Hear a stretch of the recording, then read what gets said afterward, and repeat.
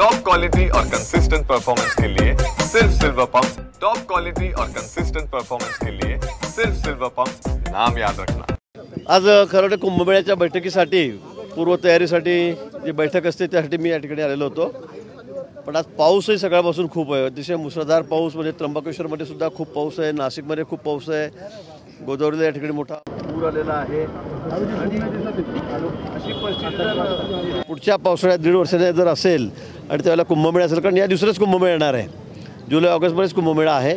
आणि म्हणून त्यावेळेला आपल्याला काय काय उपाययोजना करावी लागेल आतापासून, त्यासाठी आम्ही पाहणी करायला या ठिकाणी आलेलो आहोत। सर्व आमचे कमिशनर आहेत, कलेक्टर आहेत, फरंदेताई आहेत, पोलीस कमिशनर आहेत, आम्ही सर्व त्या पाहणी करायला आलेलो आहोत। म्हणजे कुठे पुढे अडचण होता कामा नये, कारण हा शाही मार्ग आहे, इथूनच सगळे रथ पुढे रामकुंडापर्यंत जातील। पण आता जर आपण पाहिलं तर इथून कोणीच जाऊ शकत नाही, आणि म्हणून मग त्याला पर्याय काय, ऑप्शन काय, आणि म्हणून ते आम्ही बघतोय आणि त्याची तयारी तात्काळ आम्ही या ठिकाणी करणार आहोत। हा संपूर्ण परिसर जो आहे त्या ठिकाणी पर्यटक येतात, भाविक येत असतात, त्यांच्या गाड्या पार्क असतात।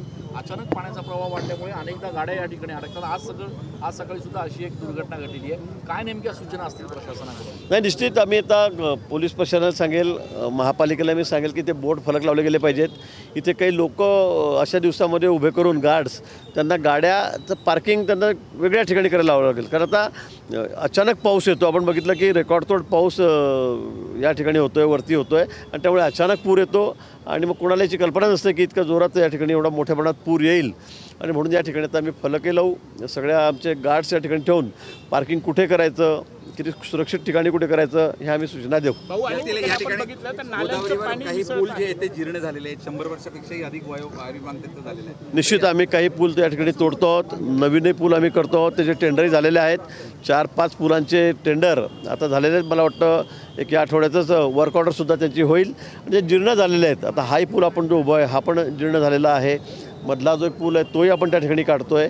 पण कुंभमेळ्याच्या दृष्टीने कुठे अडचण होणार नाही, गर्दीचं नियोजन व्यवस्थित होईल यासाठी आमची पूर्ण तयारी चाललेली आहे। नाले सफाईचा महत्त्वाचा प्रश्न मिसळत आहेत, अनेक ठिकाणी ड्रेनेजमधून बाहेर पाणी येतं चेंबरमधून, त्यामुळे पावसाळ्यापूर्वी जे काही महापालिकेचे काम आहेत तेच कुठे ते फोल ठरलेले दावा तेही आम्ही बघतो आहोत। इथे काही ठिकाणी ड्रेनेजचं पाणी निघतं आहे, आणि त्या स्मार्ट सिटीच्या योजनेमध्ये काही चुका झालेल्या आहेत, काही टेक्निकल चुका झालेल्या आहेत, पण त्या आम्ही तात्काळ दुरुस्त करतो। मॅडम मला आता तेच सांगत होते, त्याच दाखवत होत्या की बघा हे पाणी ड्रेनेजचं इथून येतं आहे, तिथून येतं आहे।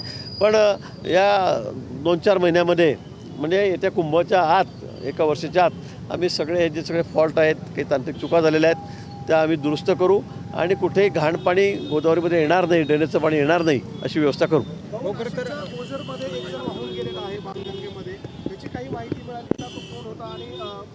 नाही, आपल्याकडूनच मलाही ही माहिती मिळाली, मला गाडी वाहून गेली म्हणून तुम्ही सांगितलं, म्हणून मी या ठिकाणी आलो।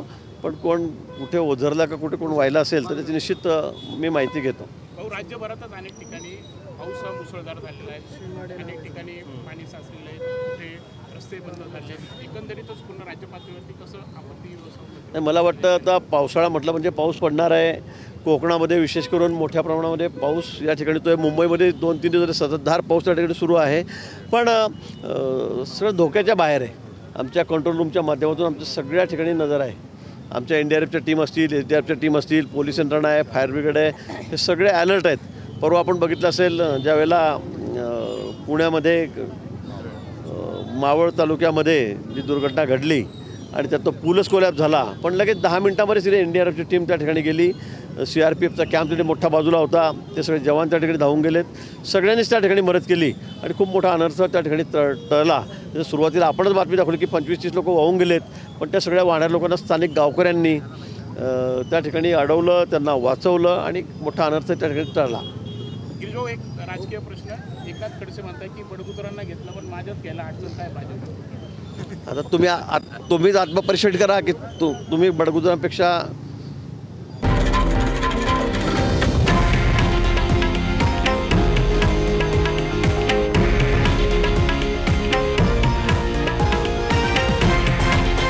हे आहे देशातील नंबर 1 न्यूज नेटवर्क, आणि आपण पाहत आहात TV9 मराठी, एकमेव।